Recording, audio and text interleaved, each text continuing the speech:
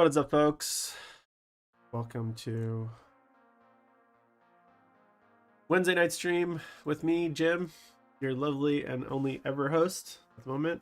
Anyways, everyone is doing good and had a good weekend. Sorry I missed the stream yesterday. I feel like I've still been suffering a bit from COVID, my COVID like hangover, and there's been days where I wake up and I'm feeling like a little bit fatigued.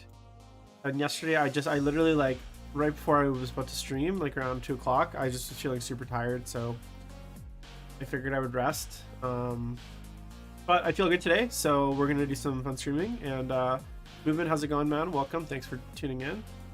Let's see here. Make sure the music volumes aren't too loud. All right, so what's going on? I got lots to talk about today. Primarily got some hot takes on chapter approved, you guys my thoughts, got some predictions for LVO and just kind of my overall thoughts on the meta going in.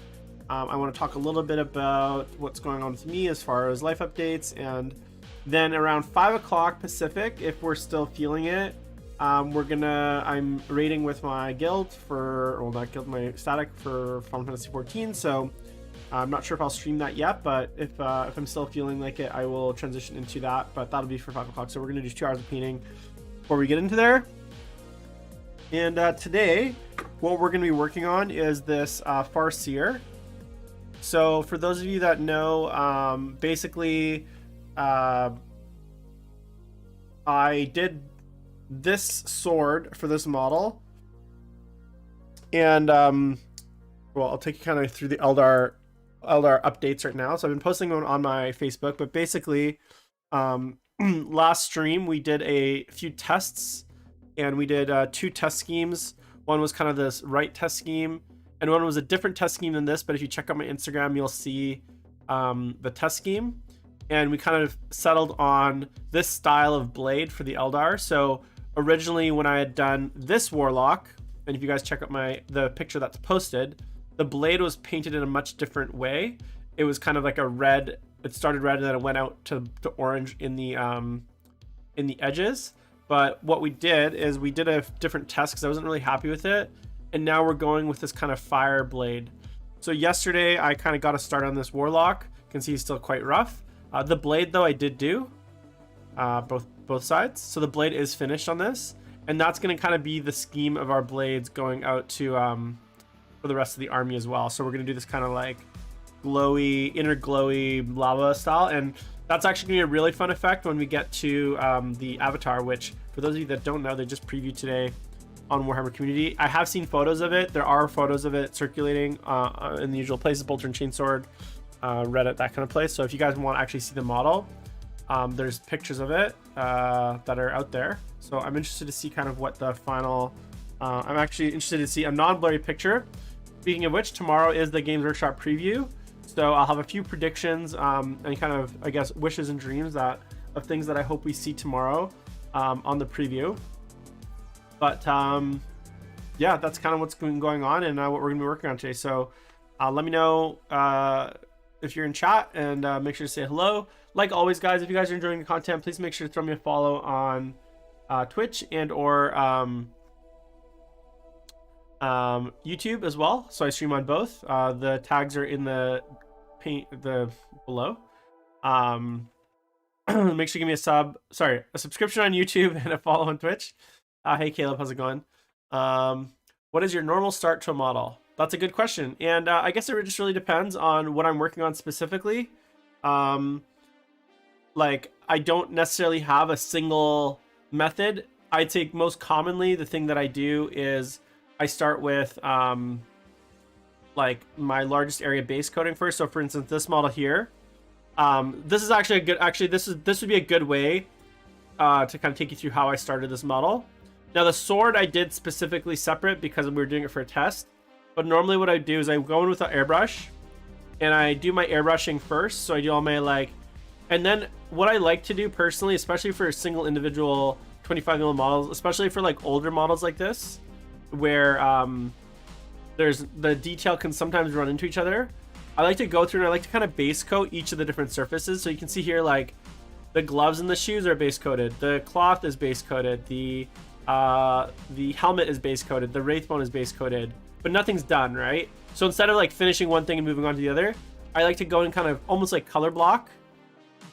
And what that helps me with, and why I like to do it that way, is it gives me a bit of first, the base coating is like the area where there's most spillover.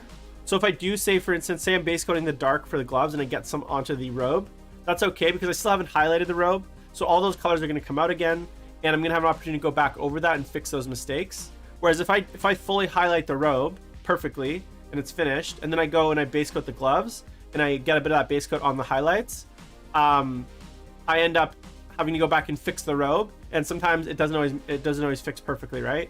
So normally what I like to do is kind of color block a little bit, get all my like darkest colors in, and that also helps me give me a bit of I guess insight on the composition of the model. So by kind of looking at it, understanding, okay, like, am I gonna like how this model is gonna turn out based on the color blocking? You know, is there too much of a dark color, too much of a light color?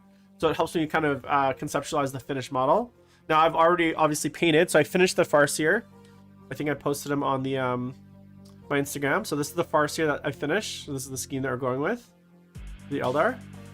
And then this was the test Warlock that we did as well. These are all metal pewter models, so they got a lot of varnish on them. And they're very, very, like, I can tell that like they're gonna chip quite a bit. But these are the two models that we finished so far. And then today we're doing this third metal Warlock as well from the old Eye of Terror kit. I also have up next, I'm gonna paint this old metal Eldrad Ultron.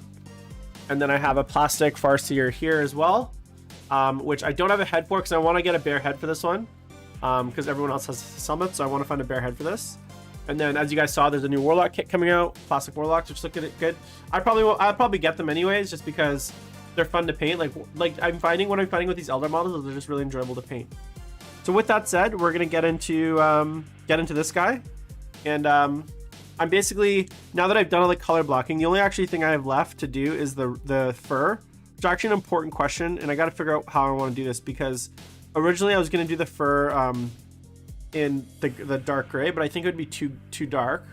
So I'm thinking I'm going to actually go with the purple, in which case I'll probably leave it to the very end at this point. So what I'm going to do now is I'm just going to block in a bit more of I forgot a few spots of the Wraithbone.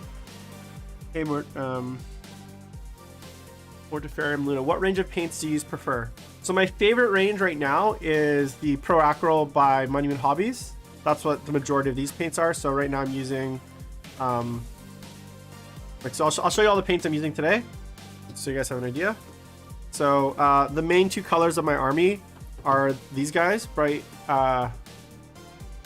green, pale yellow. I got Jade from Pro Acryl, blue black, and then coal black. Those are kind of the colors that we're gonna be using today. And then I have a little bit of Army Painter Desert Yellow. That's to help shade my my Wraithbone. Pro Acryl is by far my favorite brand right now for like general painting. When it comes to metallics, they actually have good metallics. I generally like the problem with Pro Acryl is their range is quite small. They don't have that many colors. Scale 75, in my opinion, makes the best metallics, so I like to use their metallics. Games Workshop, their washes are really good, so I like Games Workshop washes. I also really like the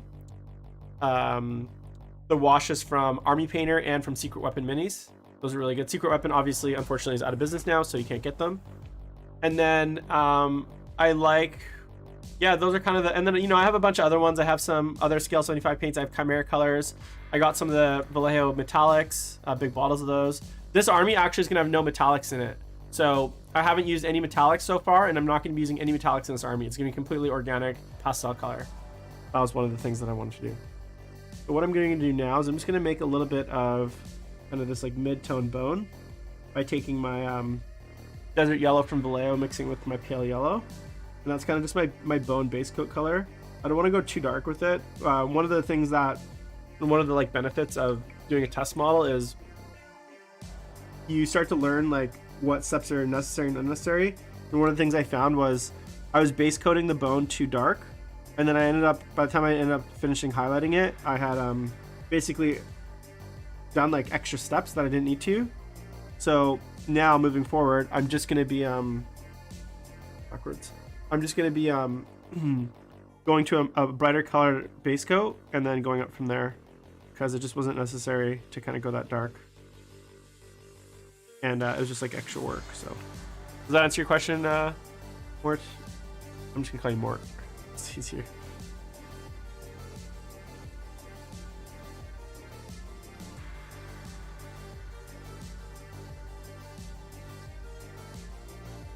All right, so that's all the bone. Now I'm gonna go in. I don't mind non-metallic metal. I've obviously done. Okay. So the real answer is Copfoot is I prefer metallics because the level that I like to paint to is calls for metallics more. Like I don't paint. I generally like to paint armies and like get things done at a quick, reasonable pace. So I prefer metallics for that sense. But I do really like non-metallic metal, and I think for certain techniques, I've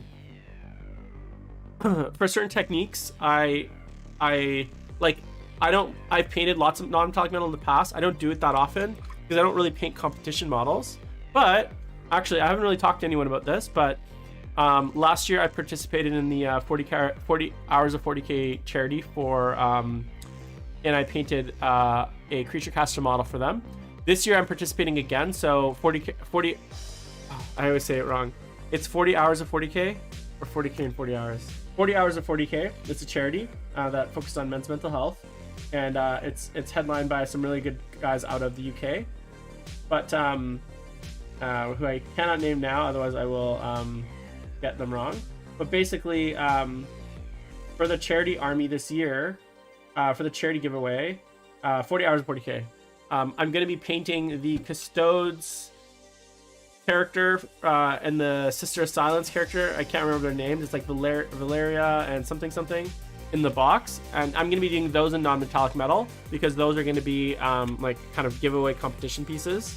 So that's, I guess, the answer, to your question. It depends. Generally, I find non-metallic metal looks amazing. I love the look of the technique. But when it comes to like painting armies and being practically trying to get lots of stuff done, it's not a great technique. There you go, Alea and Valerian. I was like, it's A and something, A and B something. Anyways, hope that answers your question. Hotfoot. Well, welcome back to the Hobby Mort.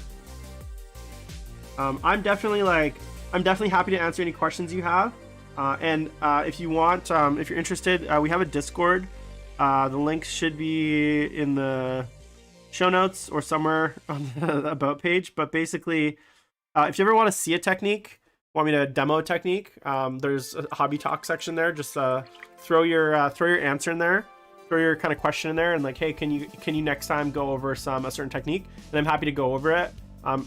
Although, and I've done a few painting tutorials. To be honest, there's so much great painting content out on the internet that like it's a huge resource, and I definitely use it. I definitely don't I don't make a ton of painting content these days as far as like videos and stuff, just because there's better painters than me that do it like better. And ultimately painting videos I feel like is not it's not something that I love making. I like making them. I just feel like there's like, I don't know, they're not super groundbreaking. I'm not doing anything special, but there are definitely some amazing painters out there and lots of great free resources as well. All right, so what I'm doing now is I'm making like a mid dark tone. And so I actually, when I painted this airbrush this model, I started with my original pale bright pale green, and now I've added some of that jade to it to make kind of like a darker a shade. I'm gonna go in and I'm gonna paint this into all the kind of semi-dark green places.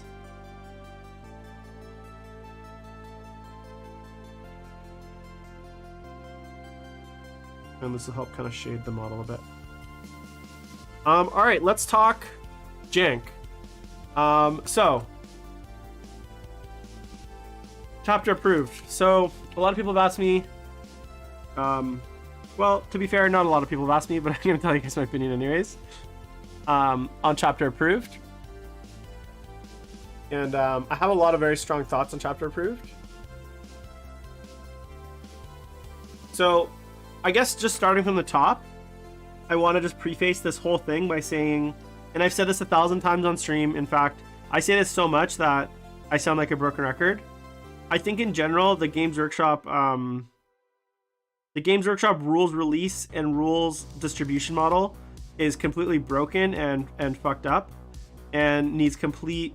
I think it needs a complete overhaul as far as like how they approach like rules writing and distributing the rules. Obviously, I've been advocating for a digital model for a very long time, and so putting that aside though, because I think for me, trying to separate what chapter approved is from the actual like changes that they make is always hard, because I go in with a lot of salt regarding like the fact that we're still paying for rules that should essentially be free. Like if you get a software and it's broken and they have a patch to release, they don't generally charge you for a patch. And that's essentially what chapter approved is, especially the points update specifically. It is a patch to a game that is broken or is not working correctly. And the fact that Games Workshop makes us pay, you know, putting aside the fact that it's not digital, but the fact that we have to pay for it at all, for me is completely reprehensible. And I think it's just a really shitty, it reminds me of old Games Workshop when they had very shitty business practices. So I just think it's a really shitty business practice in general. Now, second thing too is the fact that, so there's a lot of problems with it, right? Before even getting into the rules. And I said I'd put it aside, but I'm not going to because I'm stubborn. So not only is the fact that I have to pay for it, but the other thing is those rules are already out of date, right? So if you think about it, the rules that they printed went to print 6 months ago. And that's reflected in the changes that they made. So for instance, a very, very bizarrely, Death Guard, which are one of the weaker factions or like lower mid factions in the game right now, received quite a few nerfs. And like the units that people don't use, like Plague Marines, didn't receive any sort of like buff or any sort of like points discount. So I'm not really sure what Games Workshop is doing, because it seems to me that they don't really know like what are they trying to do with the army, right? So I think in general, like the chapter proof changes. Hey Vintar, how's it going? The chapter proof changes are pretty bad overall. Like when you think about it, you're paying for rules updates that make the game less balanced, in my opinion. Most of the changes that they made as far as points are not like, they don't make any sense. So they nerf demons, for instance, right? And demons, when was the last time you saw demons like perform well? Yes, there's some units in the book that are performing well, but like the book as a whole is pretty garbage. And so when you take the one or two things that they had going for them and you just nerf them just because they're popular, it's just like a really bad way of approaching rules. I think it's just rubbish. I don't know where they like get their, I guess, like ideas for like what to nerf and like what not to. It just seems completely like disconnected from like the real actual game that people are playing, which is a game where no one's playing demons because they're so bad, right? And then you get things like the Drukhari update, where actually they lowered points on some of the Coven stuff, right? Like that makes no sense to me, like Talos and Kronos and stuff like that. So overall, I mean, not only do I think chapter approved, so I would not buy chapter approved if I were you guys. I would go and get the points for free, either through Battlescribe or somewhere else on the internet. That's all available there and downloadable. We have to start voting with our wallet. And for me, chapter approved is a failure on multiple levels. It's a multiple on the way that they distributed it, the fact that it's paper. It's a failure that we have to pay for it. It's a failure that they don't even include the price of it. So even if I was going to pay, the fact that we have to pay the same amount for a codex, it doesn't even come with spiral bound anymore, and it doesn't come with the full rules like it used to. It's literally just the missions and the points, right? So you're getting less stuff for more money, or equal money now than you used to. So it's a failure on those kind of conceptual levels. And then from an actual like points perspective, it's also a failure because the rules are outdated. The rules themselves are poor changes that make no sense whatsoever, and most players would tell you that some of the changes are absolutely like baffling.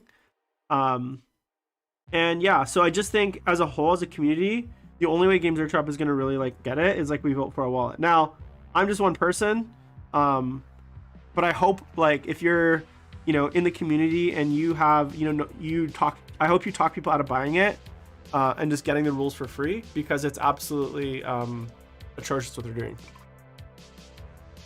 Yeah, Movement, don't pay.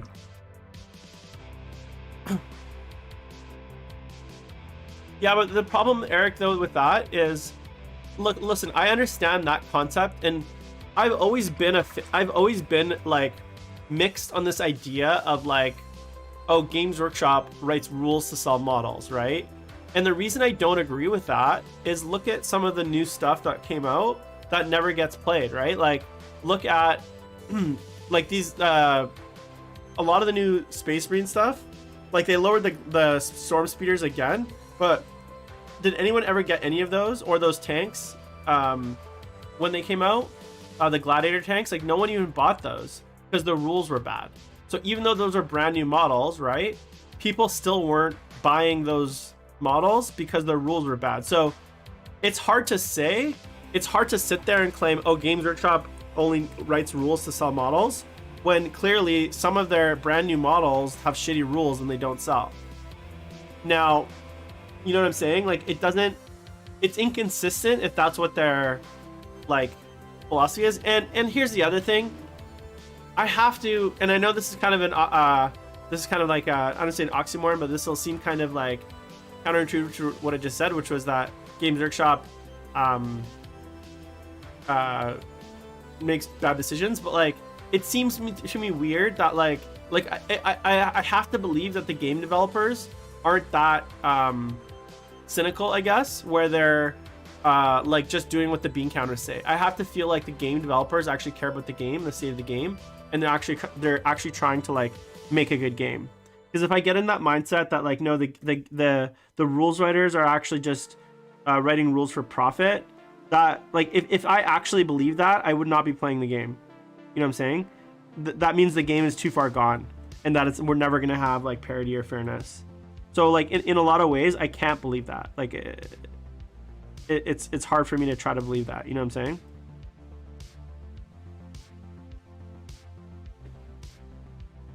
Yeah, and that's the other thing, Movin. Like, look, the idea of seasons sounds good on paper, and if someone was saying, hey, but here's the thing, you gotta run before you walk. And Games Workshop, like, seasons is something that I would introduce after all of like 9th edition.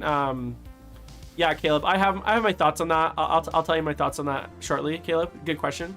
They're not good. Spoiler alert.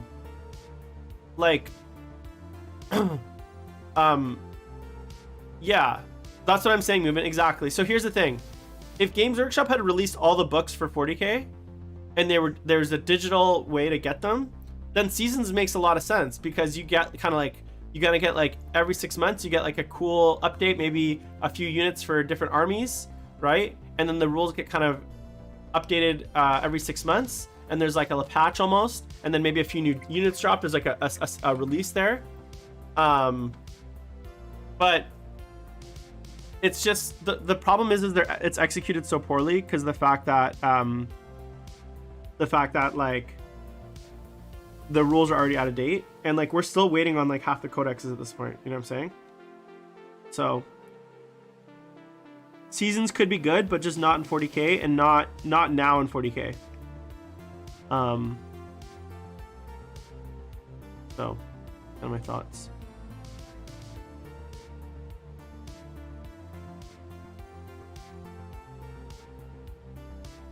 Yeah, honestly, Vintar, what I would do, and look, I try to always advocate and like support artists and support companies and stuff that you care about, like Games Workshop. I've put thousands and thousands and thousands of dollars into them, more than like you guys know. I've been playing for 20 years, Games Workshop games, but I don't want to also be ripped off.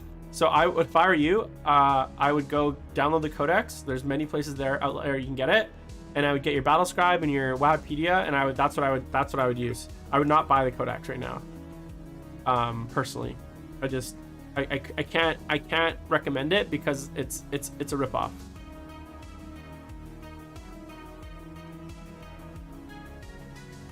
No, I don't believe that movement. I know that's not true because I'm friends with lots of playtesters and they get the rules in waves. It's called Wikipedia. It's basically a Russian site that has the entire like rules really well put together and like everything fully updated, and it's like super neat. I think I can link it somewhere. Just search Google like Wikipedia. It's like WHAPedia. And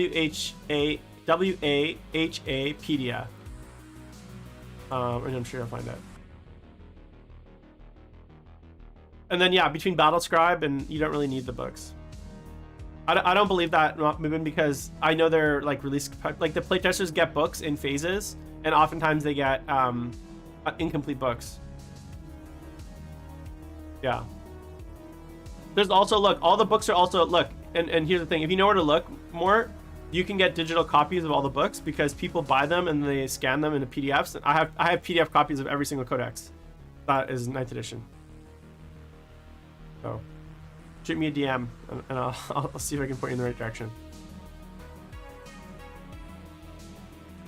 Yeah, no, well, that's true, movement. But here's the thing. I don't think it's that delayed because all the plastic is produced in Nottingham, right? I think a lot of the delays, what you're seeing, is delays just due to like COVID and them being understaffed, and like having like their factory had to shut down a bunch of times because of COVID. The UK has gone through a lot of like different protocols. That they had like a sewage eruption. There's been like all sorts of stuff. So yeah, so I don't necessarily think that like what I'm trying to say is I don't necessarily think that it's because the models aren't designed. I just think that their whole studio and work flow has been interrupted quite a bit. Yeah, if you guys need help finding that stuff, shoot me a DM on Twitch or on YouTube, and I'll put you in the right direction.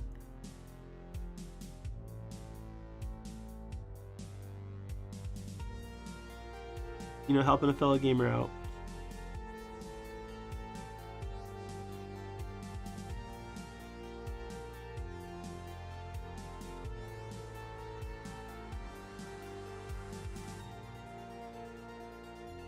All right, so that's kind of my thoughts on Chapter Approved. Don't buy, and also the rules themselves suck inside. So, all right, what else? LVO predictions. So, what are my thoughts on LVO? So I'm not going obviously this year. Some people have asked me because apparently my name's in the registration. I'm obviously not going. I'm not sad I'm not going. I'm quite content to just be kind of home painting. I really feel like the game is in a place where it's not that interesting to me right now, the game itself. So for me, I'd much rather focus on like hobby and painting and like building my new Eldar stuff, which I'm really excited about. I don't know if I'm gonna buy the box set yet, but that's definitely something I'm thinking about. Now, as far as predictions for LVO, I'm gonna put my winners. So I'll guess. I mean, it's easy to guess, you know, who's gonna be in the top 8. My bet would be on. I don't know what Manny's bringing. I think he's bringing his like crazy rack list. I would put money on Manny being in the top. One thing I know for sure will happen is that Sean Naden will win Renaissance Man. He has gone to the LVO top 8 like I think like every year he's played. So if you're gonna bet on anything, I'd bet on Sean Naden making it to the top 8. Outside of that, I mean, I think John Lennon has had an excellent season. Richard Siegler obviously is not going, but you know, I'm very like I think it's very like cool of him to like make the personal choice that due to COVID he's not going to travel. I think that takes a lot of like guts and like so I give him kudos.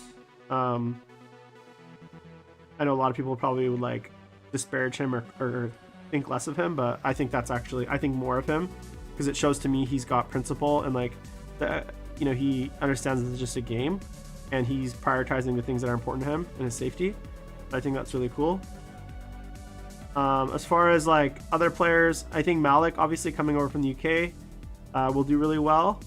And I think Brad Chester obviously will do really well. I don't think Nick is playing. Maybe he is. I don't know if he's like commentating or what. I heard GW is not doing a stream this year, which makes sense given that they're doing their own coverage now. So we'll see. No, this is not third party, man. This is the actual, this is an Eldar Warlock from the 20-year-old model one. I think you can still get it though.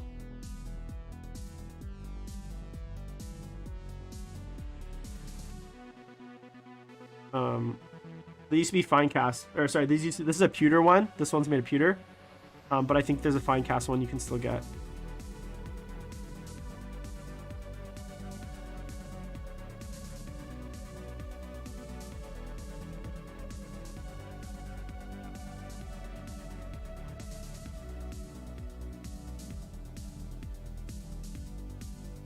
This is one of my favorite Eldar models ever made.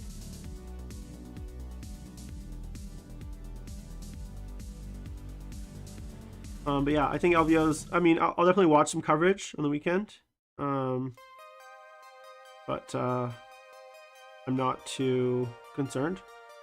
I just think the game's really about the haves and the have-nots right now. There's like two or three books that just stand up. They're just so much better than everyone else that it's hard to even think that anyone else can win, which is like Drukhari and like I think Tyranids are doing really well right now. Tyranids, Drukhari, it's just like it doesn't matter what nerfs they give them. It seems like their power level never seems to wane, you know.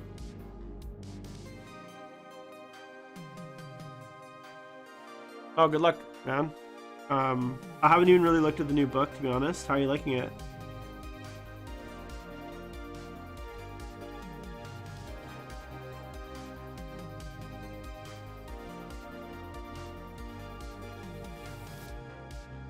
Thanks, man.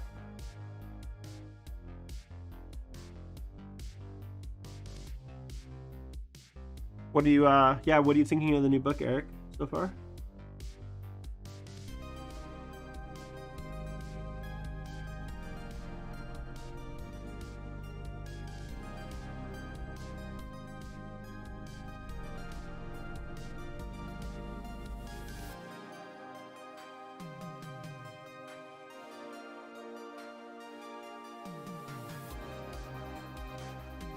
What do you mean it only did you kill them after 2 turns? Is that why?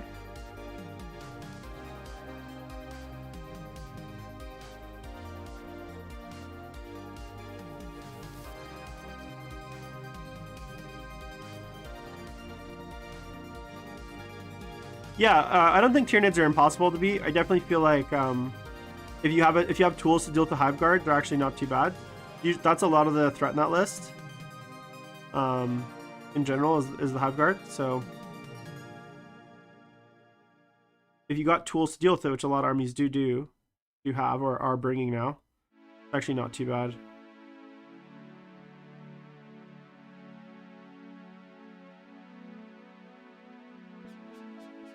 They can definitely be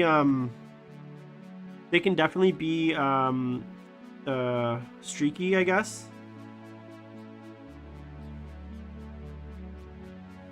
Oh no, it's all good, Winter.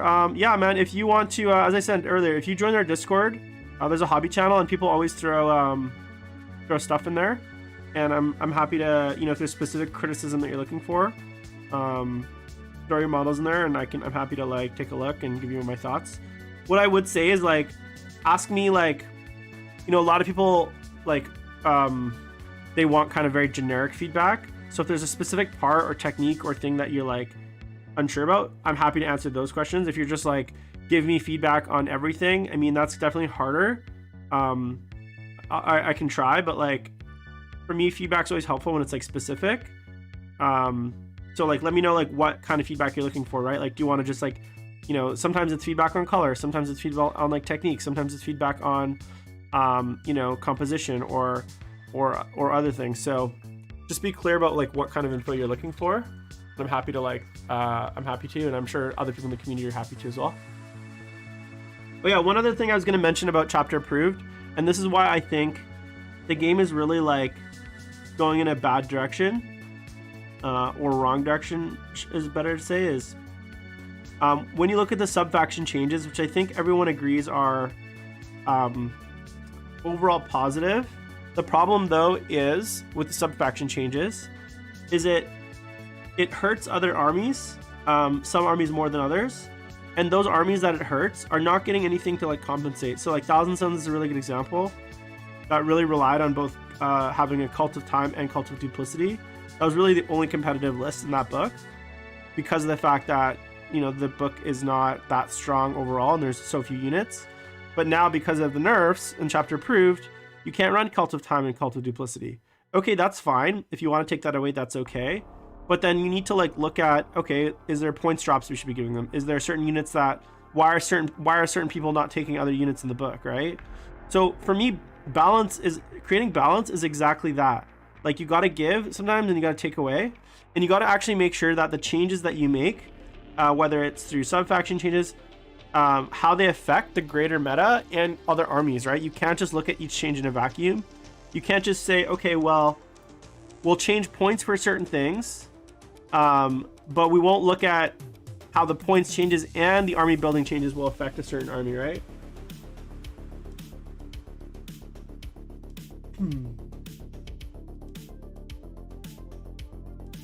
Message on Discord. Help a brother out. Where are we going?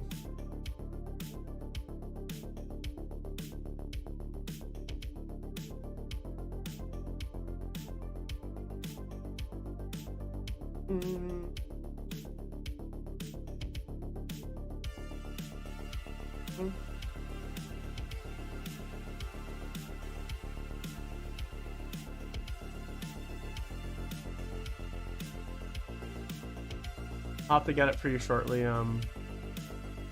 First, that message me.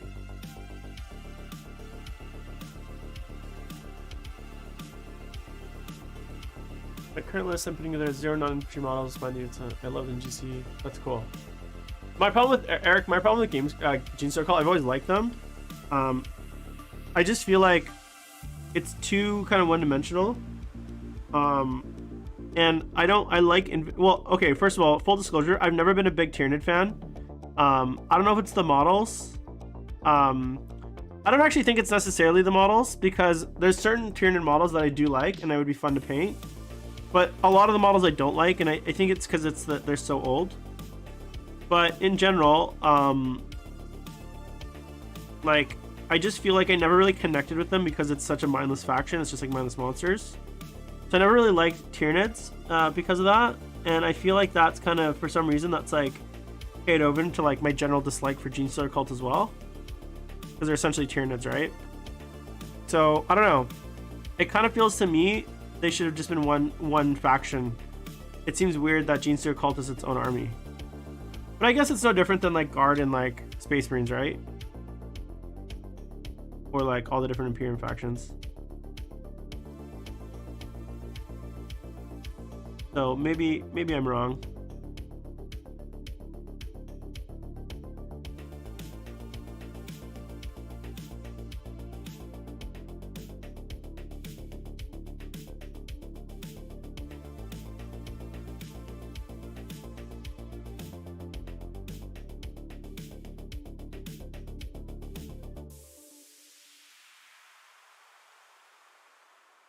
Yeah. I get the lore. I don't know. It seems to me like, given the fact that Tyranids almost seem like a bit of a newer threat in the 40k universe. You know what I'm saying? And Gene Stealer Cult feels like a very old faction.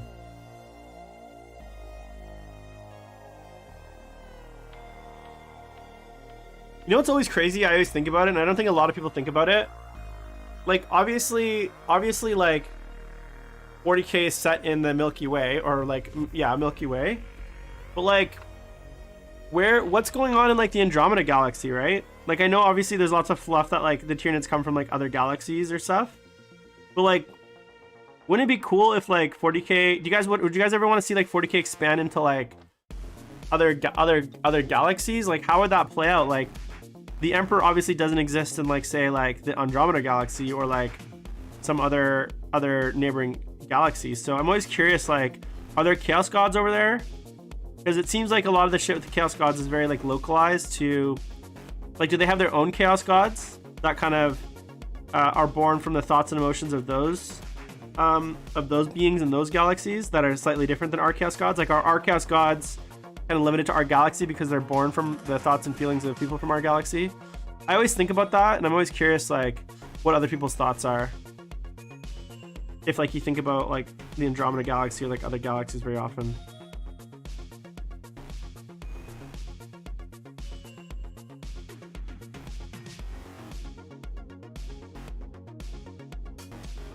I don't know. We'll see.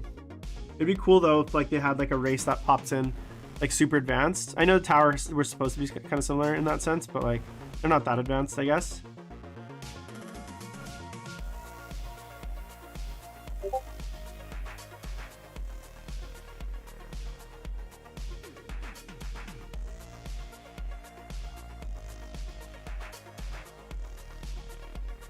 Oh, nice. I like your death card. Wait, you got a Custodes in there? That guy seems like he's out of place. What else do I want to talk about? All right, so a few other things, everyone. The streaming schedule goes up on Friday. I'm gonna try to stream about 3 times a week. Today, after I'm done painting around 5, I'm gonna be kind of transitioning into, I'm doing my weekly raid progression with my static for Final Fantasy. So if you guys are interested in Final Fantasy 14, stay tuned. I'll probably switch it over to that, but I know a lot of you guys don't care about that shit, so feel free to bounce. Other than that, I'm almost done my orc commission. I'm hoping to have it done by like early next week. I'm just on the last kind of set of models for it, so that's really exciting for me, because once that's done, my paint slate is officially clear, and I can kind of paint whatever I want. Even though I am painting like Eldar right now, and it's mostly just being painted on stream. I'm not spending a ton of my time on it, but it'll be exciting to have kind of no other obligations when it comes to painting. I can paint any projects I want, so I'm really excited. I think I'm gonna pick up that new Eldar box, although I said I wouldn't. I kind of want the scouts, and I don't have to wait like 30 years. Anyone else thinking of getting into the Eldar, new Eldar? Did you miss it? I don't know what missing means. Did you miss my thoughts on it? Yeah, they're generally negative. Oh yeah, Caleb, I don't know if you're still in chat. Let me know if you are. But you asked me earlier what I thought of Mini Wargaming's Kickstarter, and I have some strong thoughts on it. So I hope I don't offend anyone that is a big fan of Mini Wargaming Dave, and I'm a fan of Mini Wargaming Dave. I subscribe to their channel. I've been on his Shrine of Chaos a few times podcast. Overall, I think he's a great. I think he's a great like contributor to the community. He's Canadian, right? He's just in south of Toronto. So from like as a person, I have nothing against, and I wish him all the luck in what they do down at the studio and stuff. Now, when it comes to, so I have 2 kind of separate thoughts, and I'll kind of lay them out here. In general, I'm not a huge Kickstarter guy. So I've only ever, especially model Kickstarters, I've subscribed to the only Kickstarters I've ever really done were one for my airbrush, my Hardened Steenback Infinity, and that was because it was like a actual company, and they're just doing a branded. That was a Cult of Paint thing, and then I did a Kickstarter for Artist Opus brushes, so I have tried those brushes, and I have those, which I also didn't like. But in general, I'm not a huge Kickstarter fan. I don't generally use Kickstarter that much. I'd much rather wait for things to come out. But I do recognize that it has like value, and that for a lot of smaller creators that maybe don't have the startup funds, it's the only way for them to ever like realize their products or get their products. Putting that aside, I don't. My main issues with the I can't remember the name of the Kickstarter, but my main issue with what Dave is doing is, for me, it's unoriginal, and it's unoriginal, but it like tries to pretend that it's not, in the sense that like, look, if you want to come out with an alternative range of Chaos Space Marine models, which is what he's doing, then just say that you're coming out with something like alternative models for popular sci-fi game, and just leave it there, right?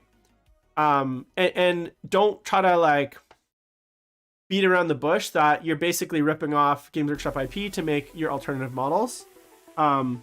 Second of all, I just don't like the models. They're just way too busy. They remind me very much of the ones from I think it's War Games exclusive. They're just way too busy, way too much detail.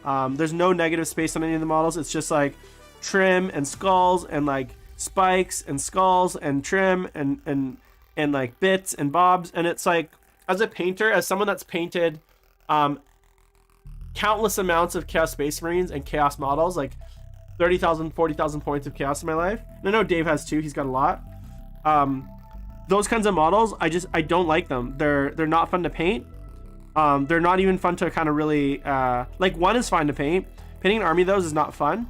They're just, the models themselves, I don't like them. They're way too busy, way too like crowded. I like a much like more like, and I'm not saying it's obviously Chaos, so you got to have lots of like craziness, but from my personal taste, they just don't do it for me. I don't like the models at all. And I don't want to support personally a kind of a, for me it feels a little disingenuous. Like I wish him luck, but personally, like, I don't know, it feels like he's trying to kind of do two things at once, which is A, create like his own original IP or game, but B, like almost everything he has is like ripped off from just Chaos Space Marines, right? And I personally, like, I don't think it does a good job of it. Like, you know what I'm saying? Like, there's other alternative ranges which I think are and to be fair, almost all my stuff is GW. I don't love alternative models. I don't love alternatives because the quality is not great, and there's certain like one-offs that I do like. As a sub-in, so let me repeat. I think alternative models are great for other alternative games, right? I don't like alternative models where they're like full proxies for Games Workshop stuff, right? If a Games Workshop model exists, I generally prefer people to use that model and then, you know, do some conversion work, do some stuff to it, than having a complete like proxy, essentially like third-party army, right? Now, that's not to say that anyone that has that, like, they should feel shamed. Some people, that's their like jam. They like that stuff, and you know, God bless. But for me, it's just this is just my personal opinion on my personal tastes. I would never personally show up with a 3D printed army, or like, not 3D printed bits. That's cool. Scratch built conversions. That's cool. You know, doing cool thematic armies using like Games Workshop stuff. That's cool. Personally, though, I'm not a huge fan of just third party. Like, I find them very like clunky, and like the details always like thick. I don't know how to describe it, but everything feels like it's like over exaggerated. It doesn't have any sort of like that nice structure that the Games Workshop stuff does. So in general, not a huge fan. But I know they've already funded it like 17 times over within 3 minutes. So my personal opinion has literally is not going to have any effect on it. And I'm not saying this to bash them or think Dave's doing a bad thing. I think it's really cool that he's taken all that risk and time and effort to create something. I just wish for someone as creative as him, he had done something a bit more original, and that would have felt a lot better to support. But I don't like the idea of like supporting the, like, I don't know, basically just basic copies. Now, with that said, you guys can call me a massive freaking hypocrite, because just 20 minutes ago I was saying don't pay for chapter approved, don't pay for codexes, and just rip them off. So yeah, maybe that makes me a giant hypocrite, because on one hand I'm saying don't rip off their IP when it comes to models, but on the other hand I'm saying, hey, it's fine to steal from them when it comes to rules. Well, you know, I'm a complicated man, guys. That's just my opinion. But at the end of the day, I always say reward them for the things that they do well, which is models, and don't reward them for the things that they do shit, which is rules. Oh no, Vintar, I love that stuff, right? Like I have my whole Soul Drinkers army has different third-party bits, third-party shoulder pads, but it's still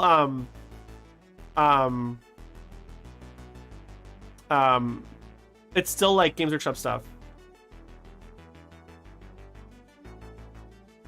Except the Caleb. So I'm down with it. Yeah, exactly, Renegade. I agree, but I think a lot of players think you have to buy everything and worship with the Ultra of Games Workshop. I don't think you do at all. I just think for certain situations, like with Dave's thing, it's so obviously just ripped off of like Chaos from 40K that it's like painful to like. It's like I feel like when I read the like storyline that they've created, it's all just like bullshit that they just like came up with in a day. It's hard to feel like it's genuine and that they actually care about it, and it's not just like, okay, how do we like here's how the writers room meeting goes. Hey guys, we're gonna be ripping off Chaos Space Marines for 40K in our 3D printed models, so we need to come up with like a quick storyline to justify it, right? And it's like, okay, you know, the whole thing is like, it doesn't feel authentic and genuine.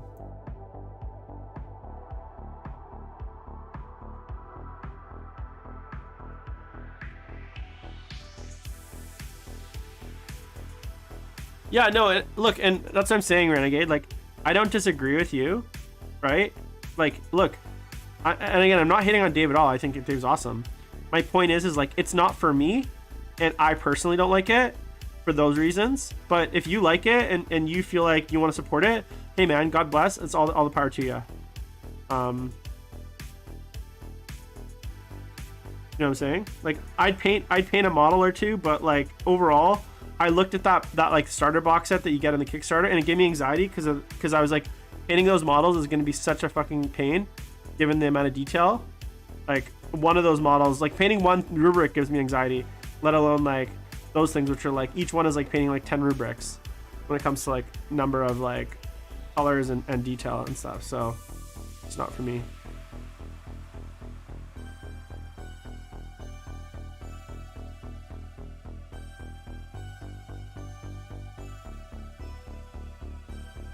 Grey Knights are not that old, they're mostly plastic. Bro, I got metal Grey Knights, man. What you talking about? Yeah, Vintar, that's exactly what I'm saying. Like, the whole background and the, like, storyline, it actually, for me, it actually makes it cringe. Like, it's very cringe for me. I'd much rather than be like, hey guys, we're coming out with some ranges of alternative miniatures for some of your, like, favorites. Here's what they are. This is what we're calling them. Instead of coming up with this, like, ridiculous narrative about like how like it's like an original IP. It's not an original IP. The vehicles look like rhinos, the Marines look like Chaos Space Marines, the Obliterators look like Obliterators, the Demon Prince looks like Demon Prince. Like it's all what you think it is. Like it's very obvious, right? And the models are not for me. You know, I'd much rather something cleaner, like look at what I don't know, what like Artel W. It's like I think they're like Polish or something. They make alternative sculpts, but they're just unapologetic about it. They're like, hey, here are our alternative striking scorpions.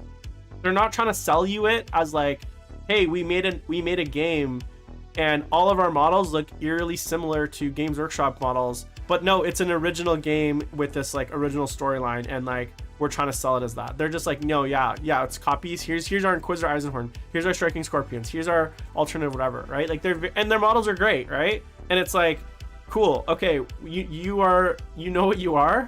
And same with like Cromlech, right? They don't try to like sell that shit as something different. They're just like, look, we make alternative orcs, we make Space Marine bits, we make Space Marine this, that, and the other thing, and like we're unapologetic about it. Okay, cool, if you like it. But like this whole idea that like, I don't know, there's like all this background and stuff, it kind of rubs me the wrong way a little bit. It just feels cringe to me.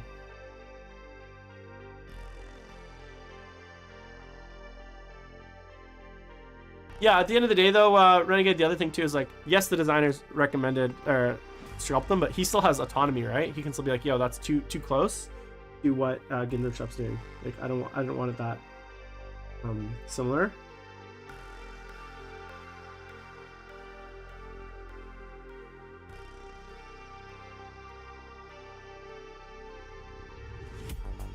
And that could have been fine.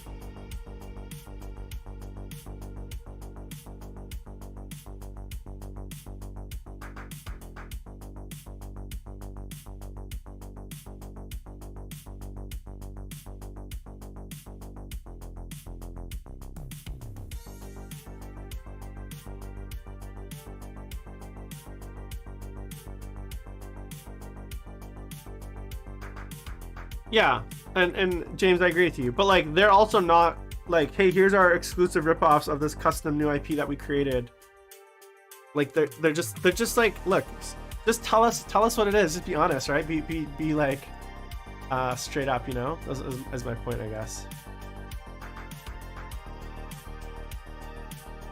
I like some of the War Games exclusive stuff. Again, it's not for me. It's too chunky. You know, everything feels like it's like almost like you're looking at like an anime. Like everything is like very exaggerated and like and chunky. I haven't seen Dead Man's Hand. I haven't even heard of it. What is it?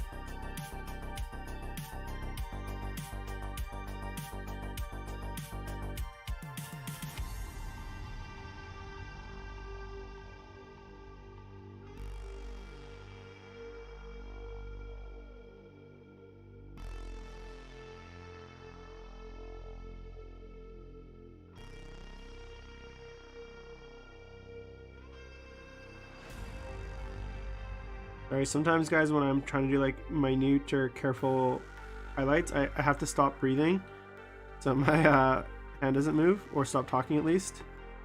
If I go quiet for a sec, it's because I'm trying to highlight something carefully and not like ruin it. Yeah, honestly, I don't like Wild Wild West. It's never been something setting wise I've been that interested in. People actually like Wild Wild West, I guess, as a setting. It feels very like mundane. I've always been more of like a swords and sorcery guy. Give me knights and dragons and that kind of stuff. Even sci-fi, to be honest, I don't like sci-fi as a setting generally. Like 40k I enjoy because of the grimdarkness.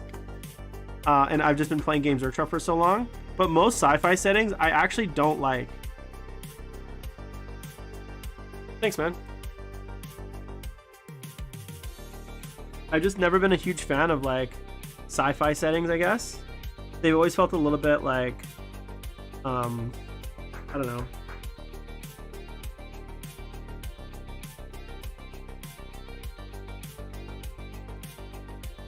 Kind of lame.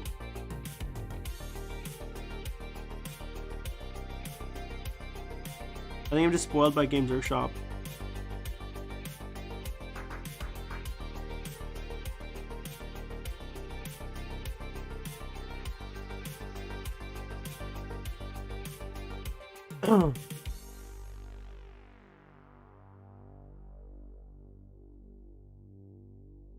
The other thing I do like,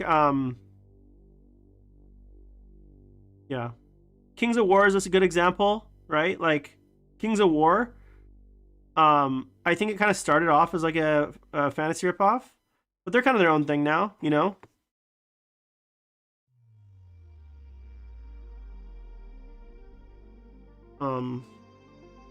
But yeah, like I don't know, like Infinity, for instance, is like a good example. Like I look at the models of Infinity and the like style and the art direction, and I don't like it.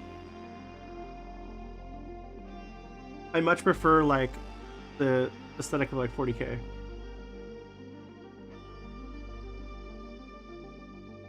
Same with like I don't know, what other sci-fi games is there. Even look, I'm a massive Star Wars fan. I have a full Star Wars tattoo. I have a picture of signed picture from Frank Oz, Baby Yoda. He's right there. You can't see him. He's behind the camera. I'm a huge Star Wars fan. Like, you have no idea. I'm not interested in Star Wars games or Star Wars Legion or like X-Wing. Like, I don't know. As a miniature game, it doesn't interest me.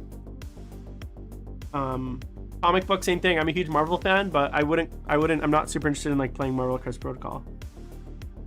I don't know, when it comes to miniatures, for me it's like there's very few games that I'm like, oh yeah, I want to collect those miniatures. I guess I'm a fanboy, you know, some would say.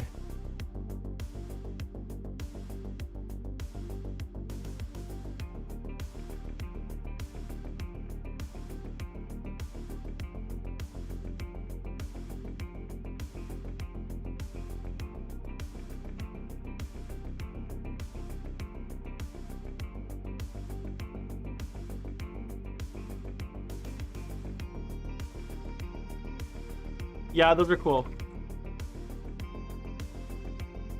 Yeah, I agree, Vintar. That's my thoughts exactly. Is like I look at the factions for Infinity and I'm like, I don't know, everything reminds me of like just really bad like it almost reminds me of like Japanese sci-fi a little bit.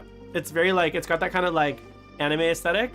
And look, I love anime. I'm a weeb when it comes to that shit, right? Like give me all the waifus, right? But when it comes to miniatures, I'm a one-man band in a lot of. I enjoy Necromunda. I have a Necromunda warband. I've seen those crazy boards. Yeah, I have seen those.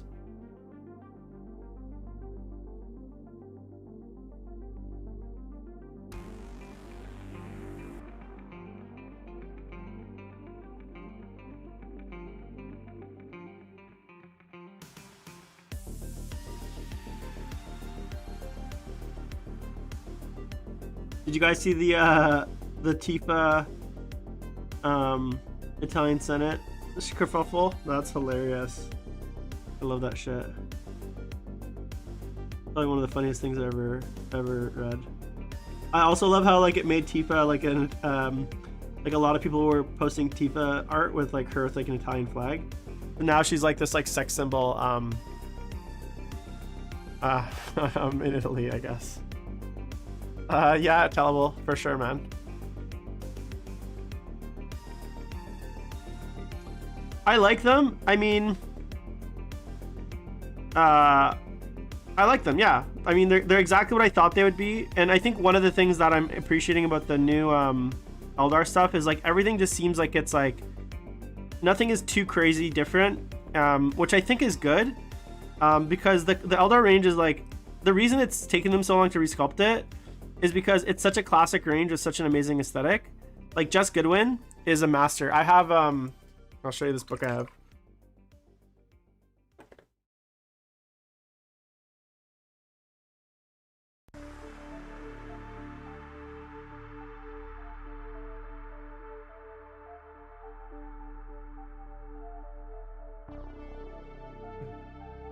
This is one of my favorite books that I own.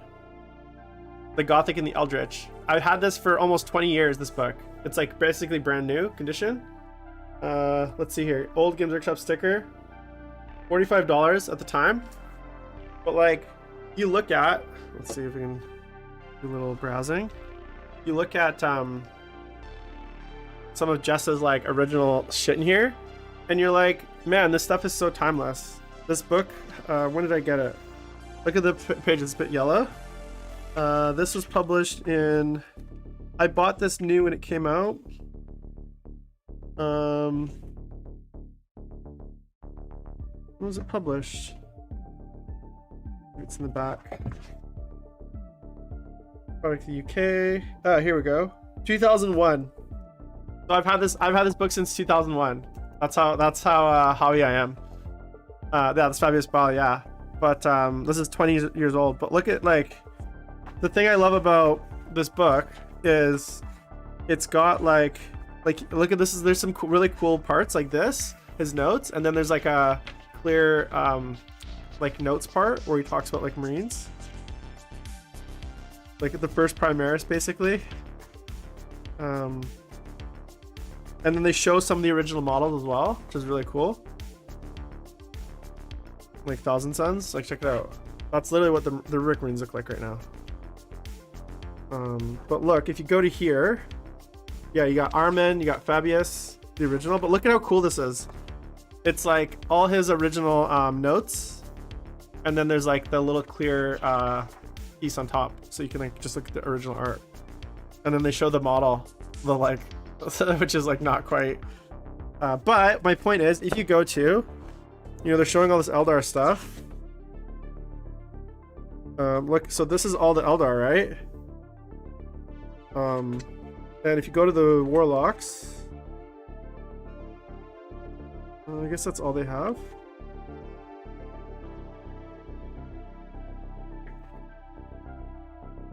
Oh, I guess I don't have that Warlock picture. I swear it was in here at one point. Fire Dragons, Striking Scorpions. Look, the Dark Reapers, like the new ones just look like this. Yeah, dude, this is 21 years old. This one I have, and I also have the Art of Adrian Smith, which is really good. He doesn't work for W anymore, but he was awesome. This is a great book. Land Raider.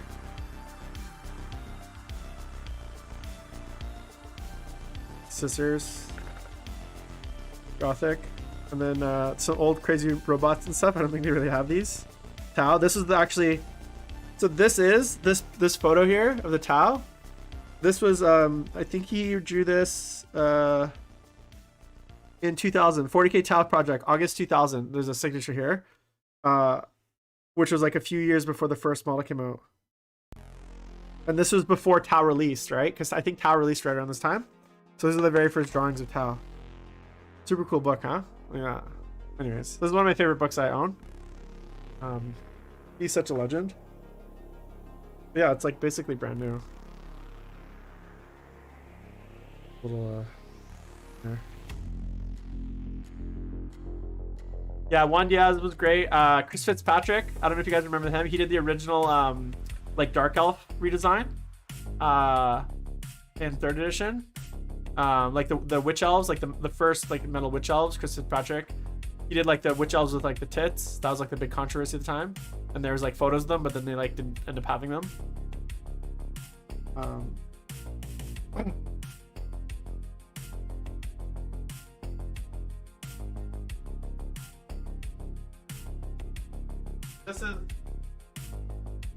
This is my other favorite.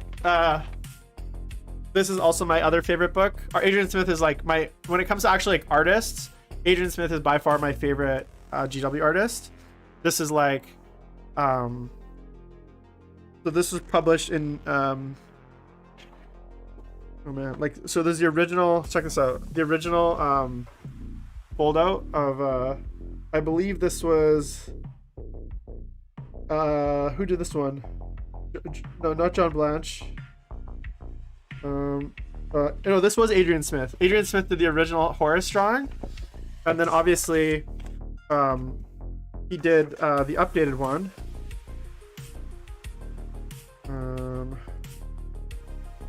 I believe is in the back. Oh, yeah, and then there's the updated one, right? In the back. So this was published in 2003. This one. That's how long I've had it.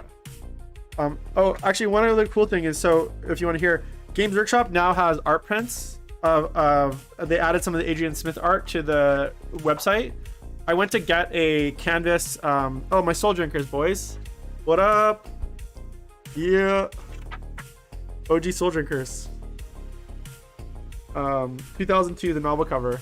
That's how long I've been a Soul Drinkers fan. You can get some Soul Drinkers Adrian Smith art, but I went to get a canvas of this guy. I'll show you exactly what I was gonna order. There was a Zinchian Space Marine. Let's see, where are you?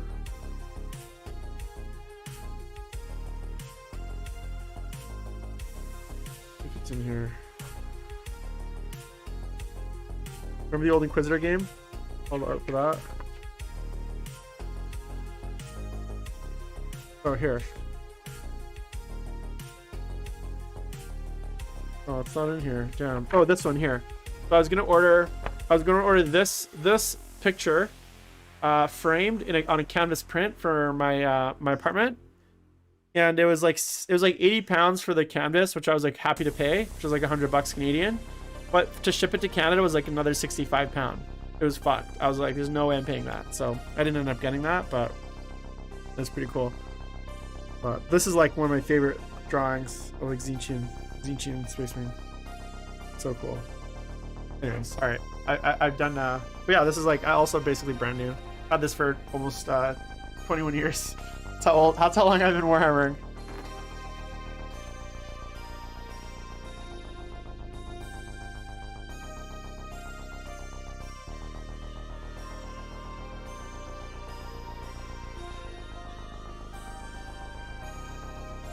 Yeah, one of the things though, and like this is like my big I don't say disappointment, but like when it comes to Games Workshop, especially their art, back in the day, the artists would just draw whatever in the art, and like that was like always like, you know, the artist could just draw whatever, right? Nowadays, if you see something in art, it almost always has to have a model. So you don't see a lot of super creative out there stuff like you used to. Because like whenever, one of the big things is like, every time they draw, it's almost like they design, they don't want them to create models in the art that you don't see, or sorry, they don't want them to create like characters in the art that you don't see models for. This is one thing I've noticed. Karl Kapinski's great too. So that's, I don't know if you guys have noticed that as well, which I think is a bit of a disappointment, because it kind of feels like it kind of limits their creativity, that like if something doesn't have a model, you very rarely get like cool art of things that don't exist. Like everything almost has to exist in universe for them to kind of make art out of it. You know what I'm saying?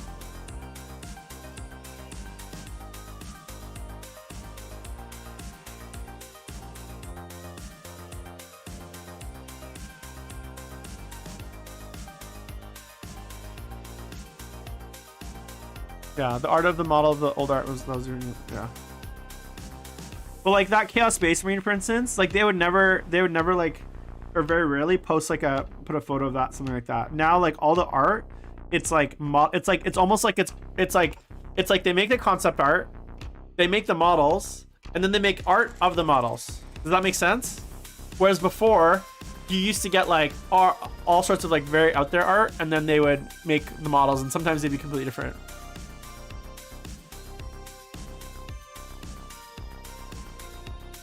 Yeah, I think that's cool too, but like even in that case, like literally like they made models of the art, you know? Like would they have, the question is like, would they have done that if they didn't have models of the art? You know what I'm saying? It's almost like they only were given permission to do that because there's models of the things on the art.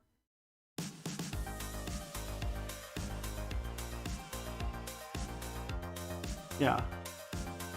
But that's what we're seeing though, right? Like the artists always can imagine stuff 10 times more creative than like what the sculptors can do, especially, and it's not because the sculptors are incapable. There's obviously technology limits, there's like detail limits, whatever, cost limits, whatever. And obviously with art, you can kind of let your imagination literally run wild. But what we're seeing now is like a lot of the older art that was imagined is now possible, so they're able to actually go back to those original pieces of like concept art and make cool models out of it, right? Whereas before they couldn't do that.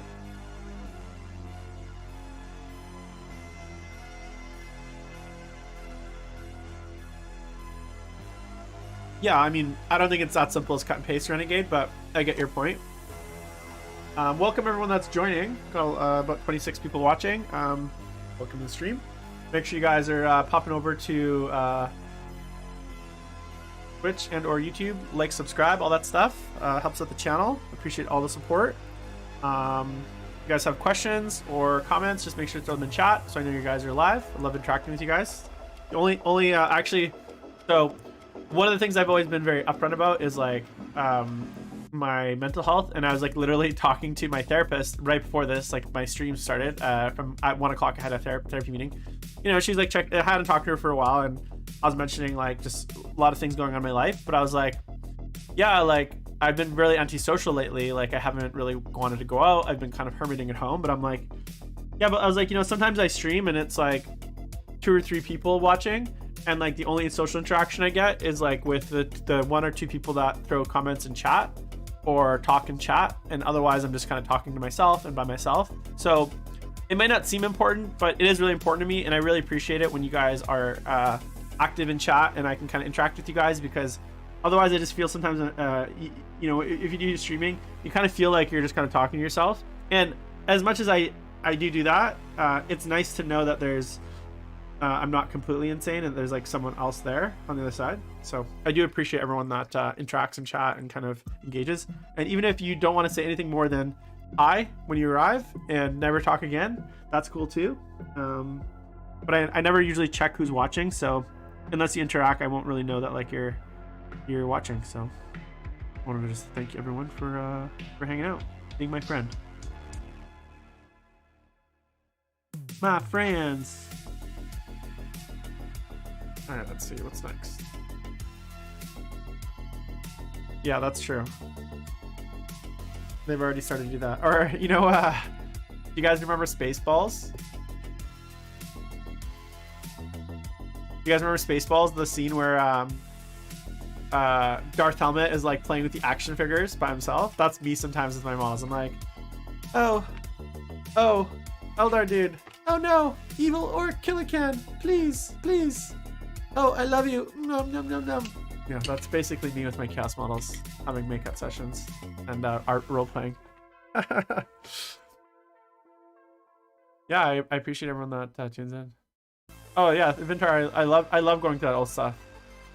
I proudly display. This is my apartment behind me. Like I'm not in a room. I'm like in my like living room. So people come over, and that's my front door right there. And like the first thing they see is my shelf of like hobby shit, and I'm like, yeah, these are all my books. These are everything there. So, hey, Ian Angelo, thanks for the subscription, man. I appreciate it. All right, let me actually do some more painting here. I feel like I'm getting distracted. Here.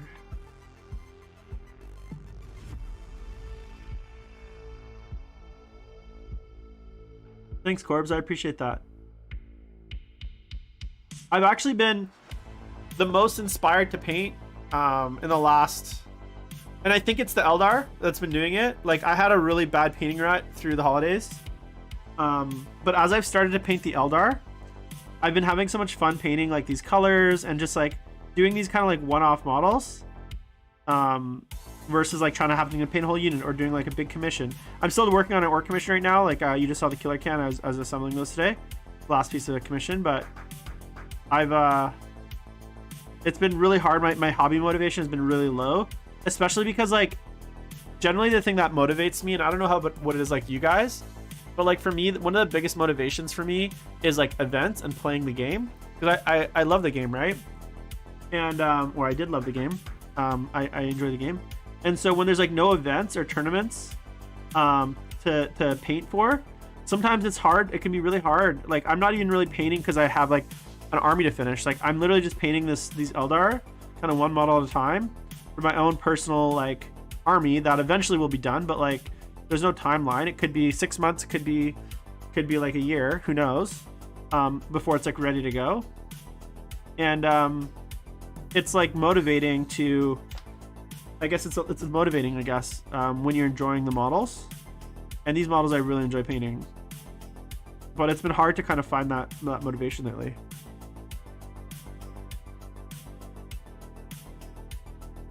Oh, thanks, man. Tubble, I appreciate that. Renegade, I don't know what any of that is.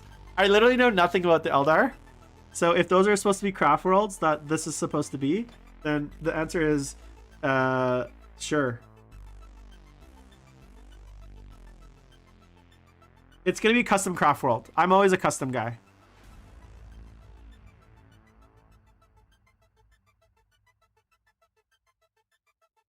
I would like to, and I don't know how feasible it is.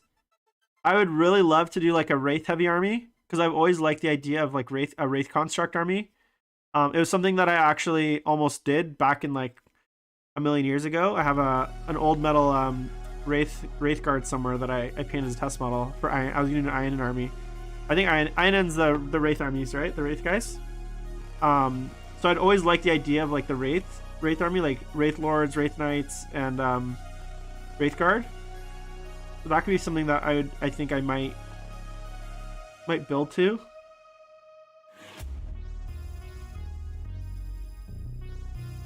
They're not good. Yeah, so Renegade, that's where my, okay, I know this doesn't sound bad, but that's where my love of like, and like fiendishness for like Wraith, all things Wraith came from. I remember when I started 40k, I started 40k in 3rd edition, right? Now I skipped 4th to 7th. I played 3rd and I played 8th. But I remember when I started playing 40k, people would show up with Wraith Knights. I think they were like T8 at the time. And like, or sorry, Wraith Lords. And people would have like 1 Wraith Lord or 2 Wraith Lords with star cannons. And they would just destroy everything. And I just remember thinking, bro, Wraith Lords are the most ridiculous like models. Like, I can't believe they're so good. And ever since then, I'm like, Wraith Lords are so good, right? I've been always of that mindset that like I gotta one day do a Wraith army, because Wraith Lords, like still from 3rd edition, I have like nightmares of the Wraiths.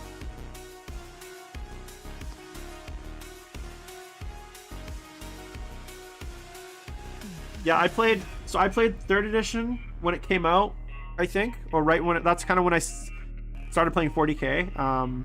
I was originally a fantasy player, but so that Dark Eldar Black Templars box set, that was like my edition. And I played Chaos Space Marines, and Chaos Space Marines were amazing in 3rd edition. I used to love my army. I used to be able to be these like disgusting, crazy custom characters with like all these different like mutations and shit. So I used to have this like crazy demon prince with like, or crazy chaos lord with like insane weapons.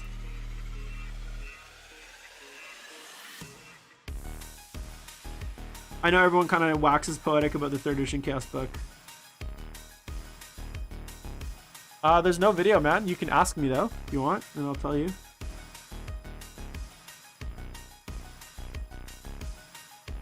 There's probably videos where I talk about like the process and kind of what I went through, but I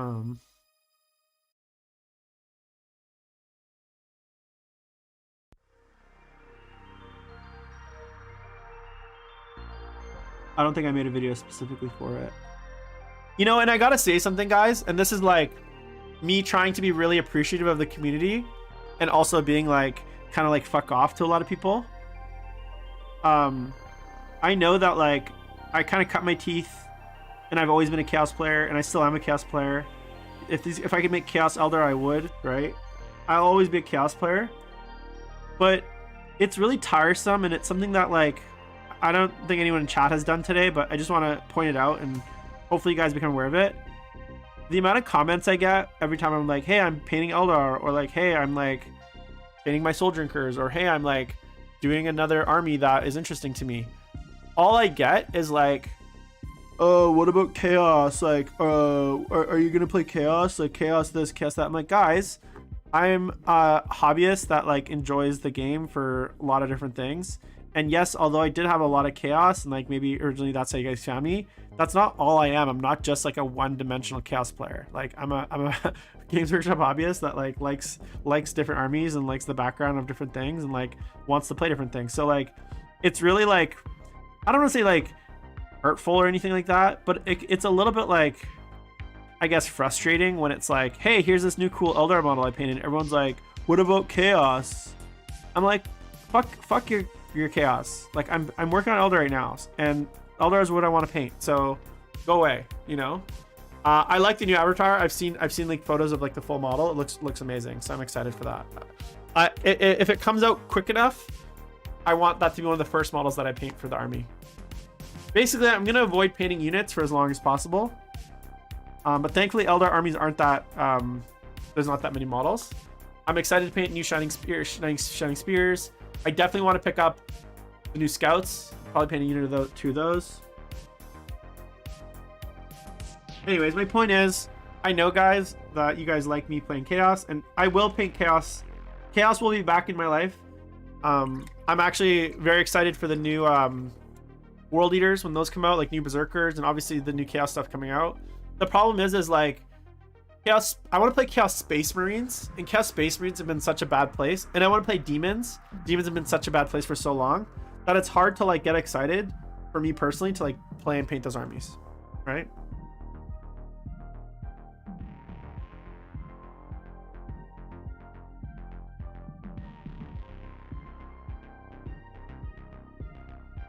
So anyways, that's my like fuck off about the chaos rant, basically, at this point.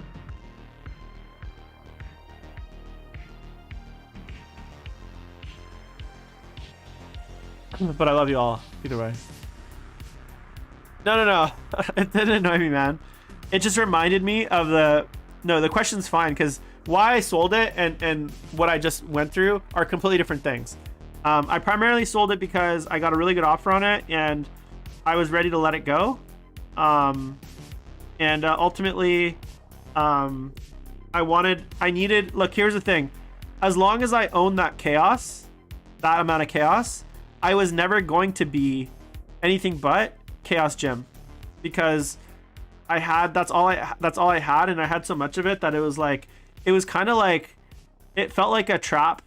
It felt like a prison. I was in this like chaos prison where like I was always defined by like what I'd be doing with chaos, and I really wanted to like force myself to like paint something new and not just continue to play chaos. And the only way that I would do that is by selling it. I knew. So I don't know if that gets answers your question.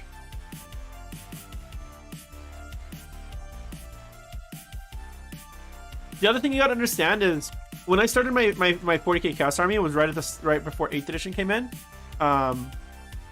And I painted that army over 5 years, but like I hadn't really painted a lot for a long time, so the paint quality, and I painted over such a long time, the paint quality was like very varied over the whole army. So when I do it again, I'm gonna have a much more like concise and like, I guess, I don't know, like I'm gonna make sure it's like more unified, I guess, if that makes sense.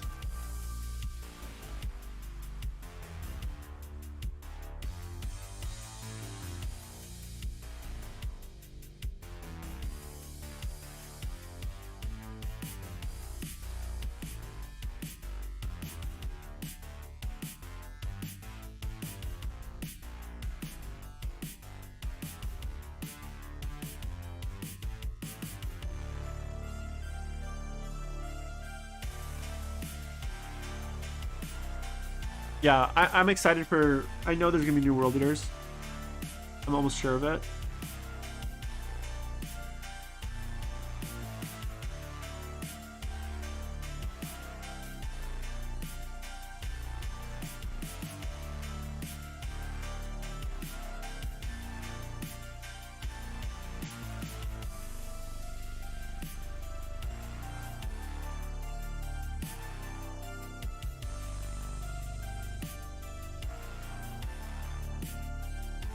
I'm just going in right now, guys. I'm just like shading in back the bone a bit. It's a bit too like white, I guess.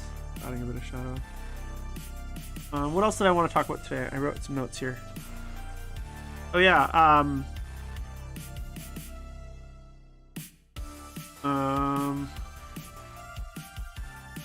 Tomorrow I will be streaming at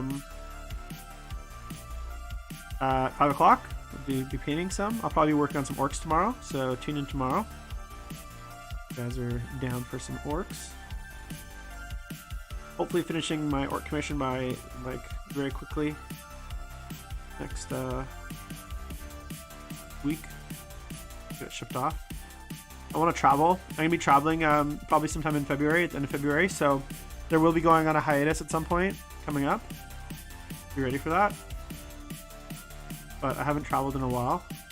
I might try to make it out to the UK, so not really sure exactly where we're going to go yet, but definitely going to get out of Canada.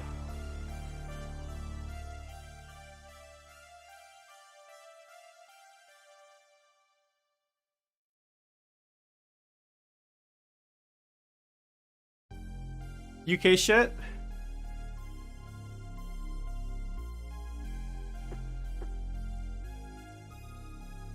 Yeah, it was nice to get it off. I'm selling my Soul Drinkers too, because I'm unemployed at the moment, so he's good. Yeah, yeah, you guys politics layers.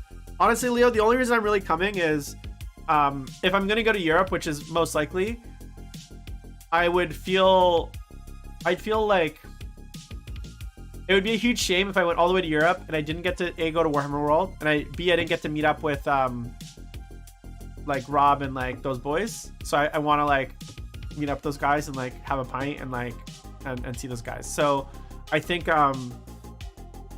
what I will do is, if I go to the UK, it won't be long. It won't be like a week. It'll be like 3 or 4 days. Check out Warhammer World. Maybe hang out with the boys for a few days. Maybe play some games and then come home. That'll probably be my last stop on the way home. That's my like, in my head, I'm like, if I go to the UK, I'll probably come home from there. So, because I live in Vancouver, so London to, or UK London to Vancouver is like a flight that exists. Whereas most places, Vancouver doesn't really fly, or Canada to London is fairly cheap. Whereas like flying home from, say, like, I don't know, Italy is going to be more expensive, which I'm planning to go to, but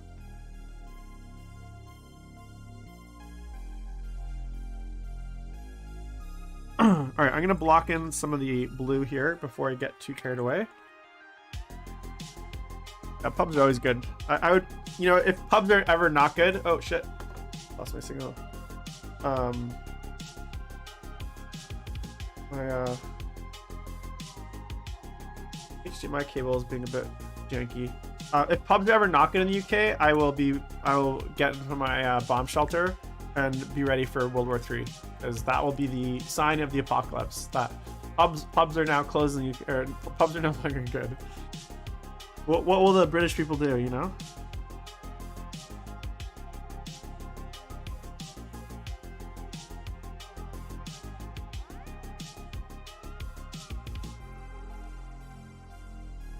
Here.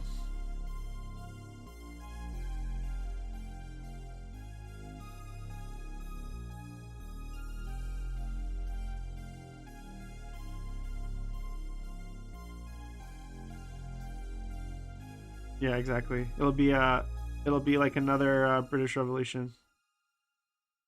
They're gonna overthrow the monarchy again somehow. Or no, they're gonna overthrow the government and go back to monarchy. If that happens, the only way they can guarantee they'll get the pubs back open. But yeah, your guys' politics is fucked right now. This like scandal with all the like COVID parties. I don't know, like here in Canada, if like in Canada, do you want to hear the kind of fucking shit that gets people in trouble here? Our prime minister brought like a Snickers into the House of Commons, which is like our parliament, and apparently you're not allowed food in like the parliamentary building. And like one of the like MPs, which are members of parliament, called him out on like having like an energy bar or like a Snickers. I don't even know what the fuck it was. And like literally there was like a whole kerfuffle over it.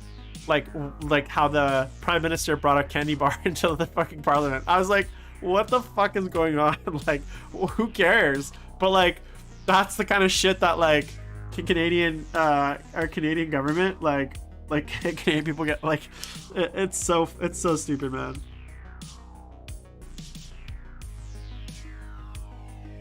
Yeah, you guys if the pubs close, you guys will be on the streets chanting "Blood for the Blood God," basically.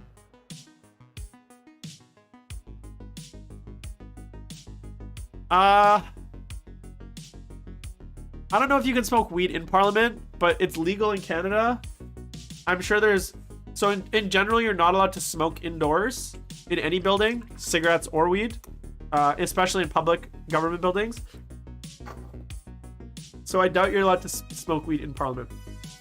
There's probably a designated smoking spot outside Parliament you can smoke weed. But yeah, you're not allowed to... We have like really intense like public health laws in Canada, so like you can't smoke inside anywhere, not even bars and stuff.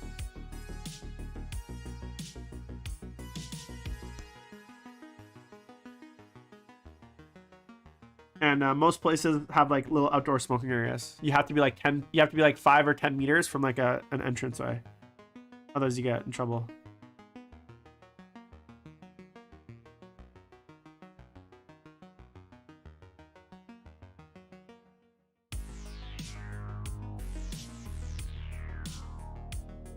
Who's desperate, the Canadians or the English? Is that what you're saying?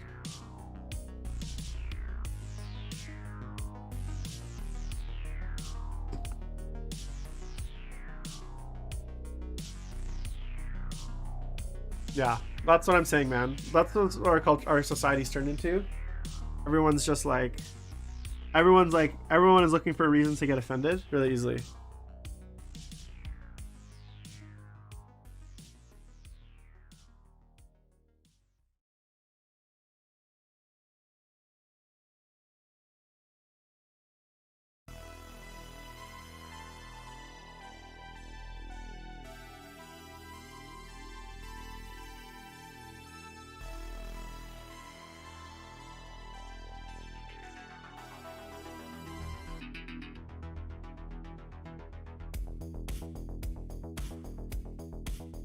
Black in the eyes.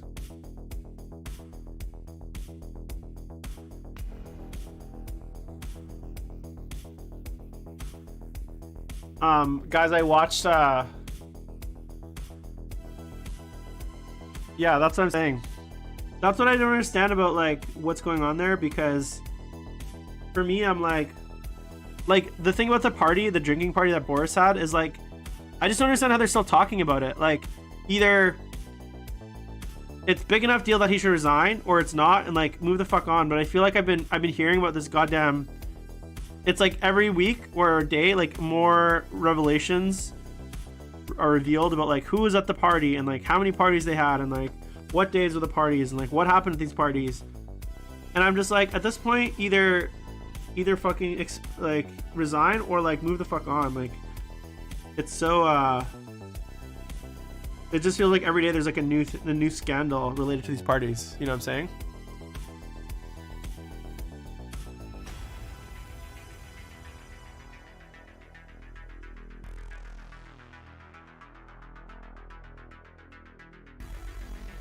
Parties are like the most scandalous thing since I don't know. Everything I feel like in the UK is scandal, especially because I mean the royal family must be loving it, right? All the attention's off them. No Harry and Meghan Markle drama. Prince Philip or whatever, the guy that was on Epstein's plane, he's like dodging a bullet right now.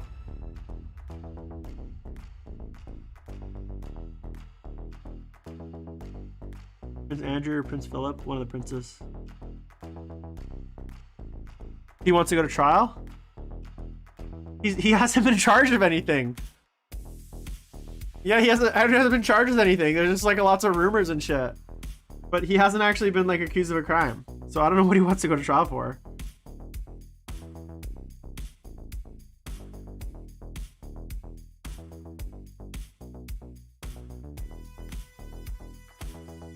Like, maybe he committed a crime and people are mad, but like he hasn't actually been legally charged with anything, you know? So what does he want to go to trial for? Like a opposite of like a witch hunt where like he goes and he proves he's innocent? Yeah, that's so stupid. Yeah, I can't keep track, man. I can't keep track of all the freaking monarchs. I can't believe Queen Elizabeth is still around, man. Isn't she 100 or 99 or something crazy like that? She must be one of the longest living like queens. Like,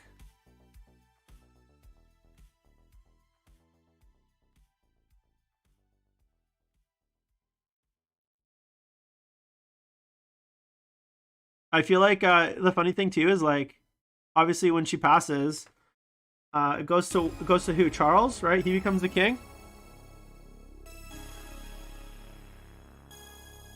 But then like, I bet you Charles is like dies like 2 years later. Like, I bet you he's been like waiting for like all these years to become king.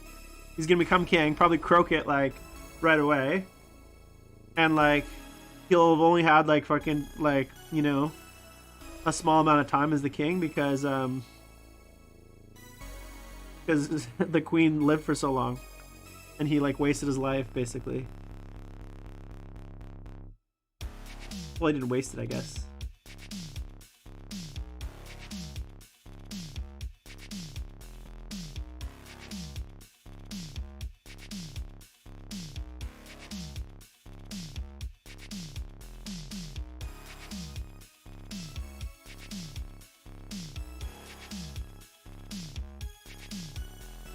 Yeah, that's true. I feel like though, like hard work helps you though in a lot of ways. You know what I'm saying?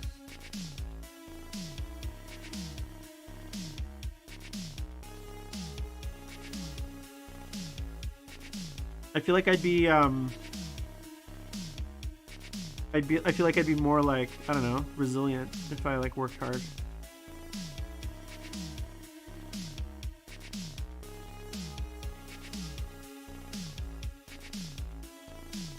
No? Is that not a theory of like health? Work hard?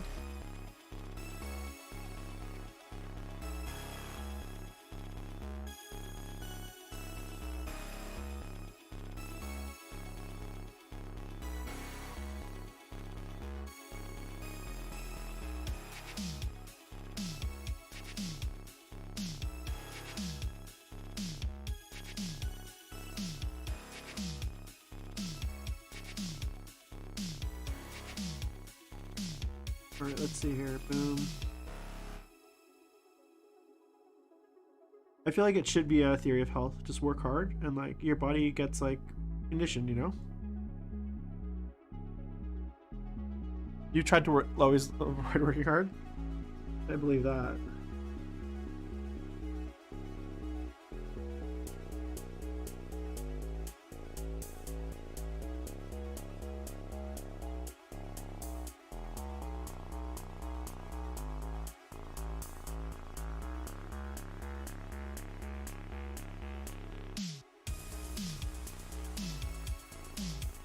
Oh, there's a hair in here.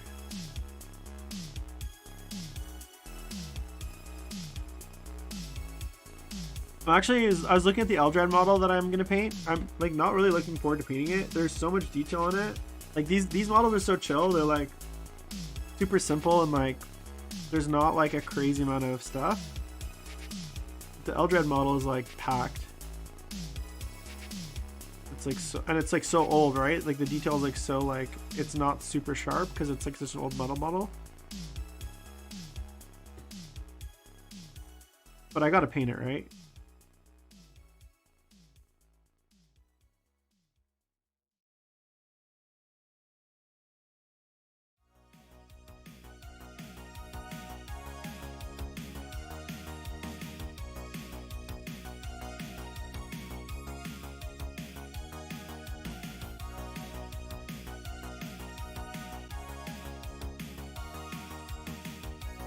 Alright guys,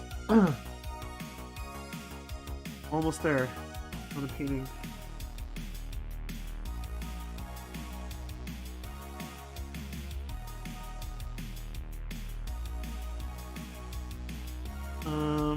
I watched Book of Boba Fett this morning. I don't know if you guys got a chance to watch it. I don't want to spoil it, but pretty cool episode. Haven't been super impressed by the series so far. So it was like probably one of my favorite episodes.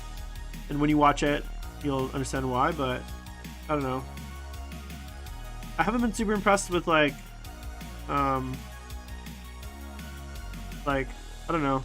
I'm excited for Obi-Wan, but I kind of feel like I'm kind of like tempering my expectations because I feel like I don't know.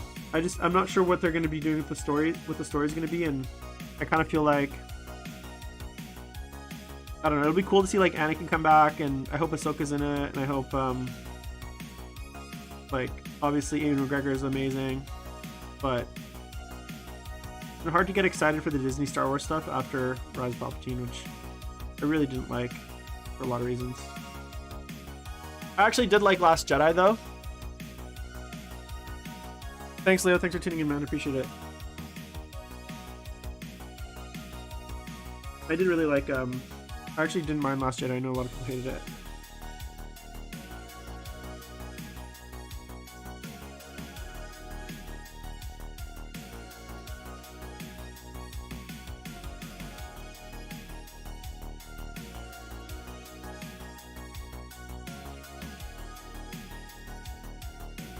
Let's see. I need more light blue.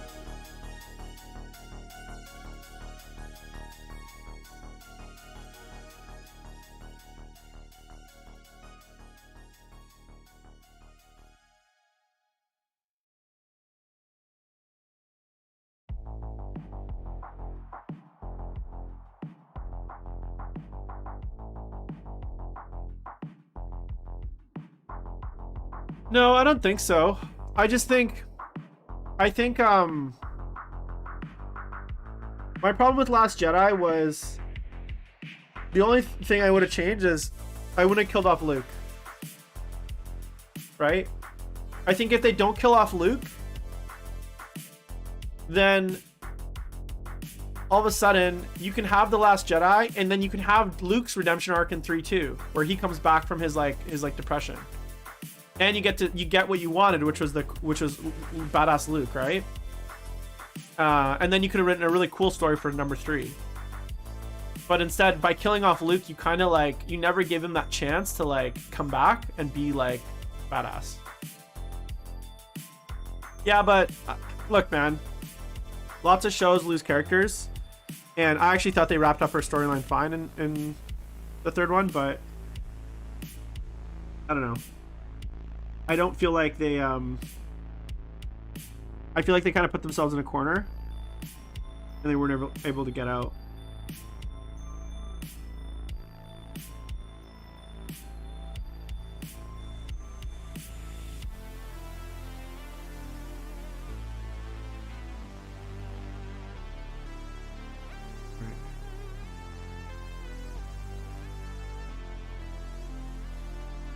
So, we're gonna just try something here.